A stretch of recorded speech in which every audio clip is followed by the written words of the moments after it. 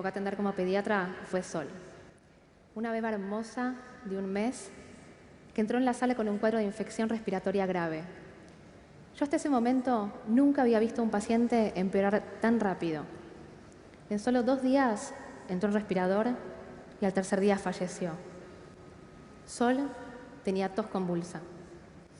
Después de discutir el caso en la sala y después de una bastante angustiosa catarsis, me acuerdo que mi jefa de residentes me dijo, bueno, respira hondo, lávate la cara, que ahora nos toca la parte más difícil. Tenemos que ir a hablar con los padres. En ese momento se te vienen 1000 preguntas a la cabeza. Desde por qué una beba de 1 mes corre con una suerte tan desafortunada, hasta si podríamos haber hecho algo para evitarlo. Antes de que existan las vacunas, muchas de las enfermedades infecciosas mataban millones de personas por año. Durante la pandemia de gripe del año 1918, murieron 50 millones de personas. Eso es más que lo que tiene Argentina hoy. Tal vez los que son un poco más grandes se deben acordar de la epidemia de polio que hubo en Argentina en el año 1956. En ese momento no había una vacuna disponible contra la polio. La gente no sabía qué hacer. Estaban como locos, salían a la calle a pintar los árboles con cal, ponían bolsitas de alcanfor en la ropa interior de los chicos como si eso pudiera llegar a ser algo. Durante la epidemia de polio murieron miles de personas y miles de personas quedaron con secuelas neurológicas importantísimas. Yo esto lo sé porque lo leí, porque gracias a las vacunas mi generación tuvo la suerte de no vivir una epidemia tan terrible como esa. Las vacunas son uno de los grandes éxitos de la salud pública del siglo XX. Después del agua potable, son la intervención que más ha logrado disminuir la mortalidad, incluso más que los antibióticos. Las vacunas lograron erradicar del planeta una enfermedad terrible como la viruela y lograron disminuir muchísimo la mortalidad por otras enfermedades como el sarampión, la tos convulsa, la polio y muchas más. Todas esas enfermedades están dentro del grupo de enfermedades que se llaman enfermedades prevenibles por vacunas. ¿Qué quiere decir esto? Que son potencialmente prevenibles, pero para hacerlo, algo hay que hacer, hay que vacunarse. Me imagino que la gran mayoría, si no todos, de los que estamos acá, hemos recibido alguna vez en nuestra vida una vacuna. Ahora, no estaría tan segura que muchos de nosotros sepamos cuáles son las vacunas o los refuerzos que tenemos que recibir después de la adolescencia. ¿Alguna vez se preguntaron a quién estamos protegiendo cuando nos vacunamos? ¿Qué quiere decir? ¿Hay algún efecto que va más allá que el que protegernos a nosotros mismos? Déjenme mostrarles algo. Imagínense por un momento que estamos en una ciudad que es completamente virgen de una determinada enfermedad, como por ejemplo el sarampión. ¿Qué quiere decir? En esta ciudad nunca nadie ha tenido contacto con la enfermedad, o sea que no tiene defensas naturales, ni ha sido vacunado contra el sarampión. Si un día aparece en esta ciudad una persona enferma con sarampión, la enfermedad no va a encontrar demasiada resistencia y se va a empezar a transmitir de persona a persona y en muy poco tiempo se va a diseminar por toda la comunidad. En un determinado tiempo va a haber una gran cantidad de la población enferma. Esto pasaba cuando no existían las vacunas. Ahora, imagínense el caso completamente contrario. Estamos en una ciudad donde más del 90% de la población tiene defensas contra el sarampión. Quiere decir que ha tenido la enfermedad y ha generado defensas naturales, sobrevivió, o ha recibido la vacuna contra el sarampión. Si un día aparece en esta ciudad una persona enferma con sarampión, la enfermedad va a encontrar mucho más resistencia y no se va a poder transmitir tanto de persona a persona. La diseminación probablemente quede contenida y no se genere un brote de sarampión. Ahora, me gustaría que presten atención a algo. Las personas que están vacunadas no solo se están protegiendo a sí mismas, sino que al bloquear la diseminación de la enfermedad dentro de la comunidad, están indirectamente protegiendo a personas de esta comunidad que no están vacunadas. Crean como una especie de escudo protector que al hacer que no entren en contacto con la enfermedad, estas personas queden protegidas. Este efecto indirecto de protección de las personas no vacunadas en una comunidad por el solo hecho de estar rodeadas de personas vacunadas se llama inmunidad colectiva.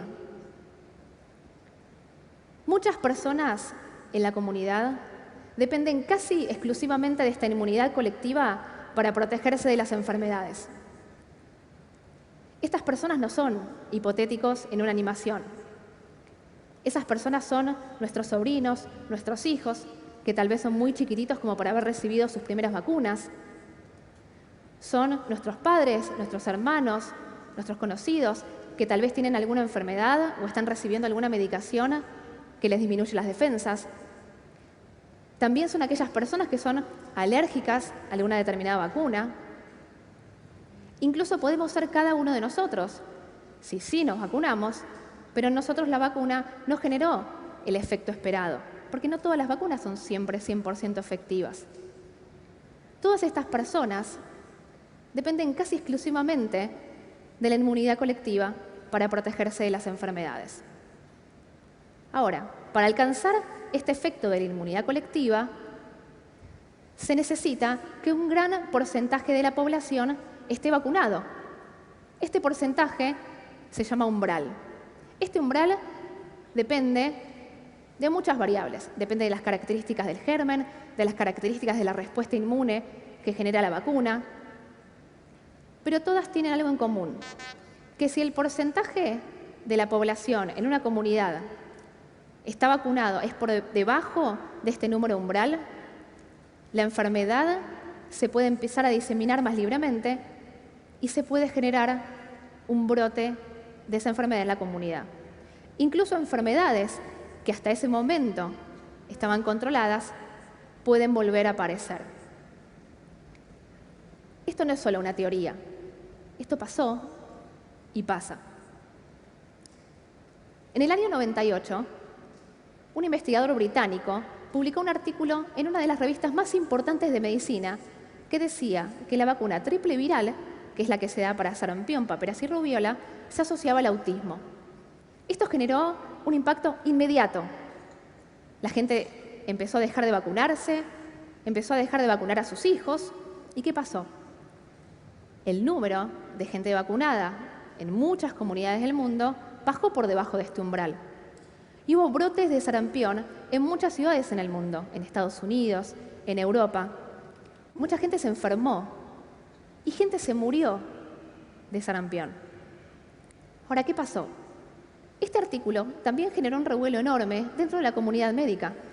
Decenas de investigadores se pusieron a evaluar si esto realmente era cierto. No solo que ninguno pudo encontrar una asociación causal entre la vacuna triple viral y el autismo a nivel poblacional, sino que se encontró que el artículo tenía cosas incorrectas. Y no solo eso, sino que era fraudulento. Era fraudulento.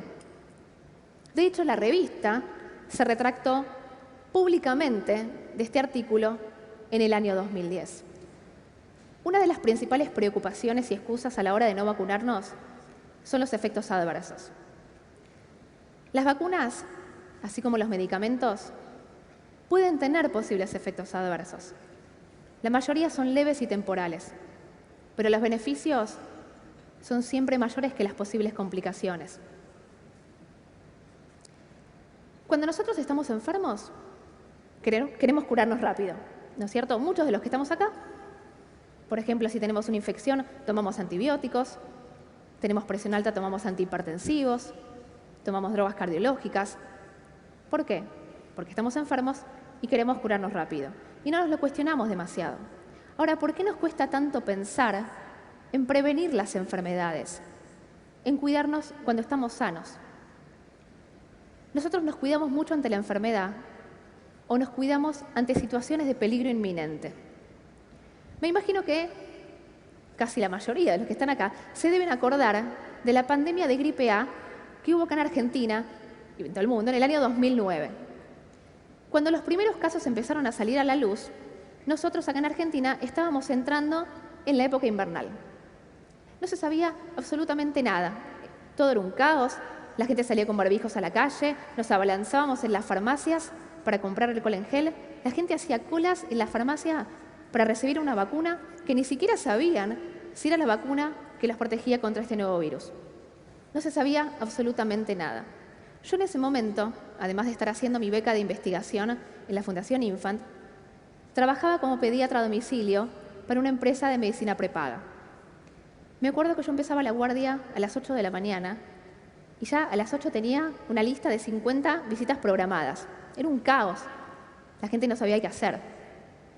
Y me acuerdo que a mí me llamaba la atención las características de los pacientes que yo estaba viendo. Eran pacientes un poquito más grandes que lo que acostumbrábamos a ver en los inviernos, con cuadros febriles más prolongados.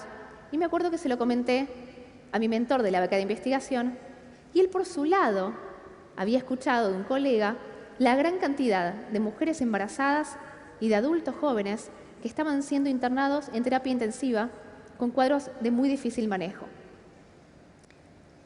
En ese momento nos propusimos entender qué es lo que estaba pasando. Lunes a primera hora, agarramos el auto y nos fuimos a un hospital en la provincia de Buenos Aires que se suponía que era el hospital de referencia para los casos del nuevo virus de influenza. Llegamos al hospital atestado de gente, todo el personal de salud vestido con trajes de bioseguridad tipo NASA, nosotros con un barbijito en el bolsillo, yo hipocondríaca no respiré durante 2 horas, pero pudimos ver qué es lo que estaba pasando. Inmediatamente nos pusimos en contacto con pediatras de 6 hospitales en Capital y en el conurbano bonaerense. Y nos propusimos, en el menor tiempo posible, poder entender cómo se comportaba este nuevo virus en nuestros chicos. En un trabajo maratónico, en menos de 3 meses, pudimos ver qué características tenía este nuevo virus H1N1 en los 251 chicos internados por este virus en estos hospitales. Pudimos ver cuáles eran los chicos que más gravemente se enfermaban, que eran los menores de 4 años, especialmente los menores de 1 año, pacientes con enfermedades neurológicas, chiquitos con enfermedades pulmonares crónicas. Identificar esos grupos de riesgo fue importantísimo para poder incluirlos como grupos prioritarios en las recomendaciones de la vacuna antigripal, no solo acá en Argentina, sino en otros países donde todavía no había llegado la pandemia. 1 año después, ya había una vacuna disponible contra el virus pandémico H1N1. Nosotros quisimos ver qué es lo que había pasado. Después de una enorme campaña de vacunación apuntada a proteger los grupos de riesgo,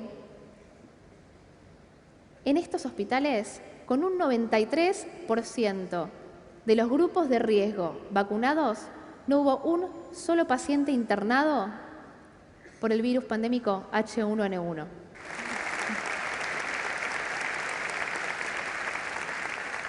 Año 2009, 251. Año 2010, 0. Vacunarse es un acto de responsabilidad individual, pero que tiene un enorme impacto colectivo. Si yo me vacuno, no solo me estoy protegiendo a mí misma, sino que también estoy protegiendo al otro. Sol tenía tos convulsa. Sol era muy chiquitita y todavía no había recibido su primera vacuna contra la tos convulsa. Yo todavía me pregunto, ¿qué hubiera pasado si todas las personas alrededor de Sol hubieran estado vacunadas?